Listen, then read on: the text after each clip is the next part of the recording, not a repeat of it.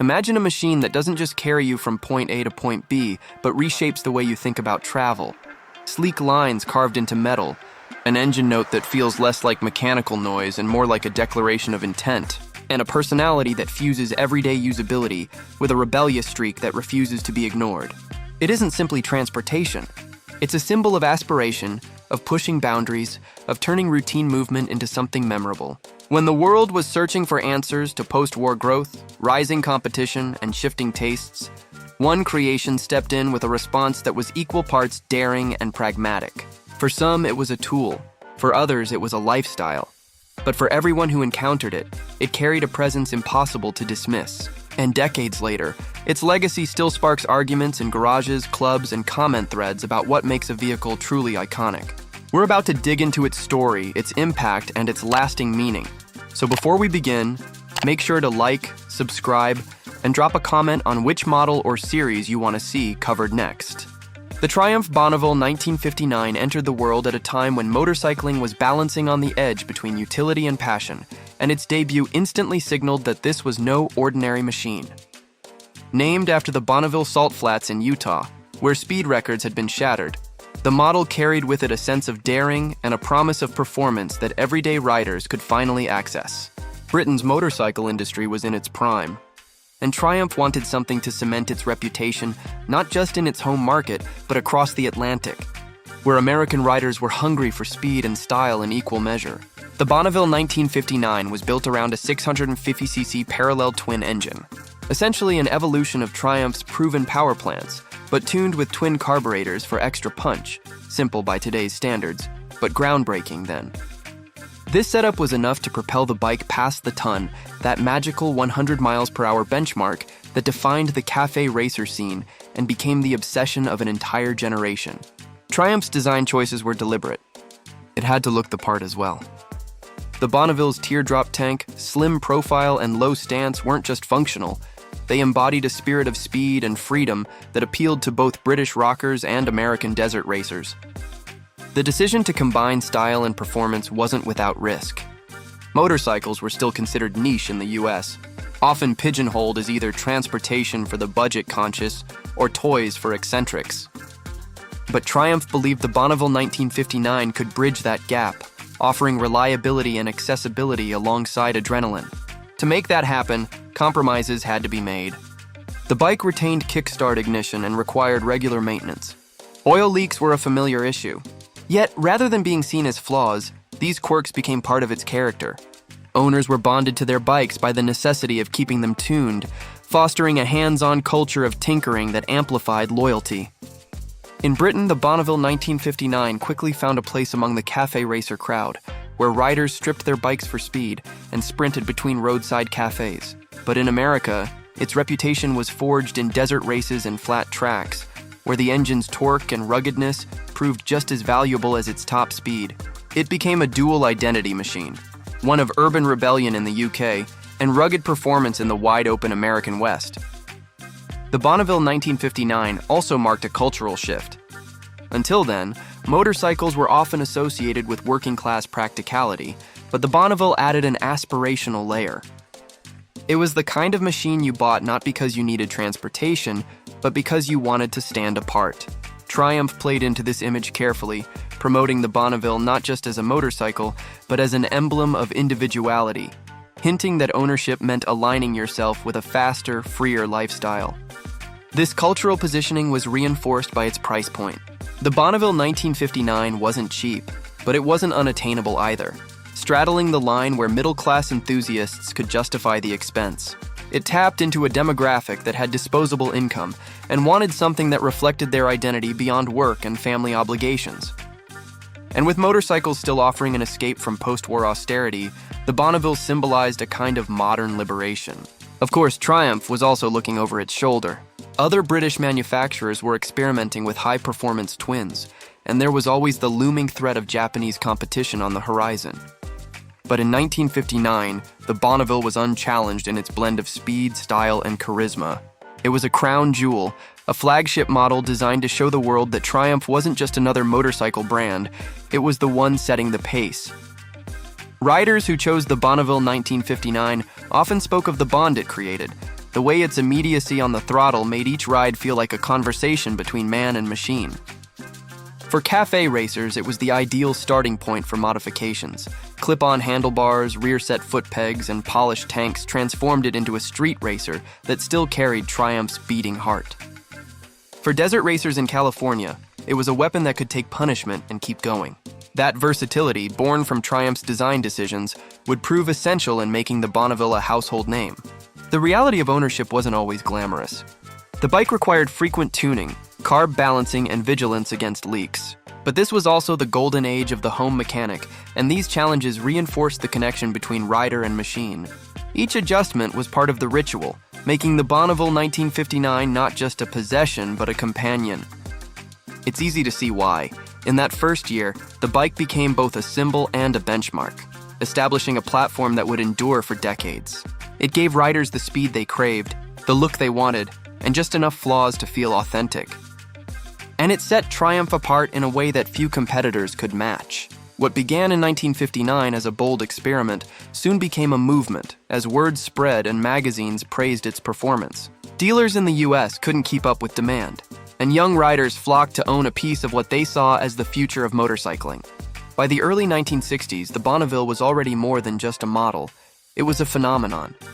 But with fame came new challenges. How would Triumph maintain the Bonneville's reputation while facing emerging rivals and an ever-changing motorcycle landscape? That question would define the next chapter of its story, and it's where we turn next. The Triumph Bonneville 1959 carried its aura into the 1960s, but this was when its reputation was tested against a rapidly shifting motorcycle world.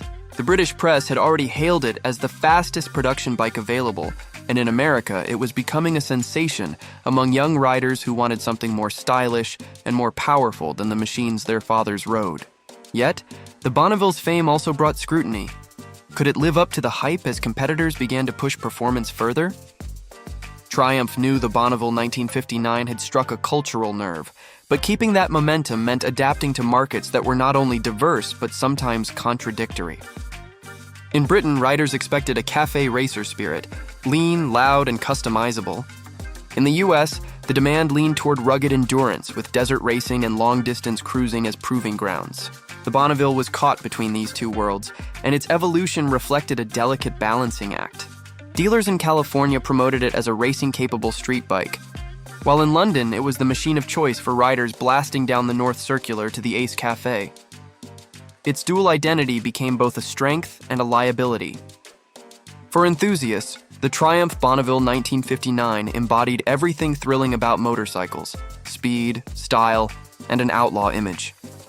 But for manufacturers watching from abroad, it was a signal that there was space in the market for something more reliable, more polished, and more accessible. This is where the real competition began to emerge.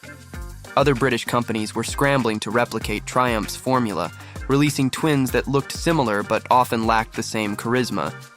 Riders compared them, but the Bonneville's cultural cachet gave it an edge. However, across the globe, another storm was brewing. Japanese manufacturers were quietly developing motorcycles that would eclipse the British in terms of reliability and ease of use. For the moment, though, the Bonneville 1959 still reigned. Its presence in motorsport reinforced its image. Flat track and desert events in the American West turned the Bonneville into a legend of endurance. Riders pushed it through punishing conditions, proving that despite its quirks, it could deliver when the stakes were high. Magazine reviews and word of mouth amplified its reputation, and photos of grinning racers covered in dust astride their Bonnevilles only fueled demand. The machine wasn't just winning races, it was winning hearts. But beneath that success lay cracks. Riders loved the Triumph Bonneville 1959 for its performance, but many also acknowledged its flaws: oil leaks, finicky electrics, and the need for constant attention. To enthusiasts, these were rites of passage, badges of authenticity. To casual riders, they were barriers that left them open to the lure of a rival's easier ownership experience. The aftermarket scene embraced the Bonneville's quirks. Shops specialized in tuning, and the cafe racer movement transformed it into a canvas for personal expression. The Bonneville 1959 wasn't just a motorcycle, it was the starting point of a culture of customization. Clip-ons, racing seats, megaphone exhausts, Every modification told a story of a rider chasing individuality. In America, chopper culture even borrowed from the Bonneville, blending British engineering with custom styling that reshaped what motorcycles could represent. Triumph benefited from this halo effect, but it also created expectations the factory sometimes struggled to meet. To sustain interest, Triumph rolled out incremental improvements, but purists often preferred the raw energy of the original 1959 model. For them, it was the purest expression of the Bonneville's intent, uncomplicated, powerful, and fast enough to chase that mythical 100 miles per hour mark. Meanwhile, regulators began tightening noise and emission standards, especially in the US, the Bonneville's biggest market. Triumph faced the challenge of meeting these rules without diluting what made the bike iconic. Riders wanted performance, not compromise, and any hint of restriction risked alienating the faithful. Yet these pressures foreshadowed the difficulties that would come to define the entire British motorcycle industry in the 1970s. Despite these challenges, the Triumph Bonneville 1959 maintained its reputation as the standard bearer. It became the yardstick against which rivals were judged, and even when outpaced in pure numbers by later competitors, its cultural weight gave it an advantage. Riders weren't just buying speed. They were buying into a lifestyle, a lineage, a promise that their motorcycle was part of something larger than themselves. That emotional connection is what sustained Triumph's momentum. The question that lingered, though, was whether this emotional appeal could withstand the seismic changes looming in motorcycling. Could the charisma of the Triumph Bonneville 1959 and its descendants protect it against rivals who offered faultless reliability and cutting-edge technology? The answer to that question explains not only the Bonneville's lasting legacy, but also why it remains one of the most discussed motorcycles in history. To understand its enduring power, we have to explore what it meant beyond numbers and performance, and why even today it's more than just a machine. It's an icon. That's where we head in the next segment. The Triumph Bonneville 1959 was more than just a product of its era. It became a symbol that outlived the very conditions that created it. By the late 1960s and into the 1970s, the British motorcycle industry began to struggle under the weight of Japanese competition, shifting regulations, and rising expectations. Yet when people looked back, it was the original 1959 Bonneville that defined Triumph's golden age. This first iteration represented a perfect storm of timing, design, and cultural resonance, and that combination ensured it would never fade quietly into history. Collectors and enthusiasts today still speak of the Triumph Bonneville 1959 as the benchmark. It embodied the excitement of an age when speed records and cafe culture collided, yet it was also versatile enough to win over desert racers in California. Its flaws, once points of criticism, have become part of its mythology. Oil leaks are remembered as quirks, the kickstart as a badge of authenticity, the maintenance routine as a ritual of connection between rider and machine. These traits didn't diminish its appeal. They reinforced the bond between owner and motorcycle, cementing its place in enthusiast culture. For modern riders, the Triumph Bonneville 1959 is a blueprint. Its stripped-back minimalism, its insistence on form following function, and its emphasis on speed over luxury all shaped the way motorcycles were designed for decades. Even when Triumph later reintroduced the Bonneville as a retro-styled line, it was this 1959 version that set the template. Every tank shape, every exhaust line, every chrome detail was designed to echo the original's charisma. Without it, the brand might have vanished entirely in the chaos of the 1980s, but nostalgia and reverence for the 1959 model kept the story alive long enough for revival. The cultural impact of the Triumph Bonneville 1959 is just as powerful as its mechanical influence. It became a visual shorthand for rebellion, appearing in films, music, and photography that celebrated the freedom of two wheels. Riders who owned one weren't just buying performance, they were buying into an identity. That cultural resonance carried across borders, making it one of the few motorcycles of its era to truly achieve global recognition.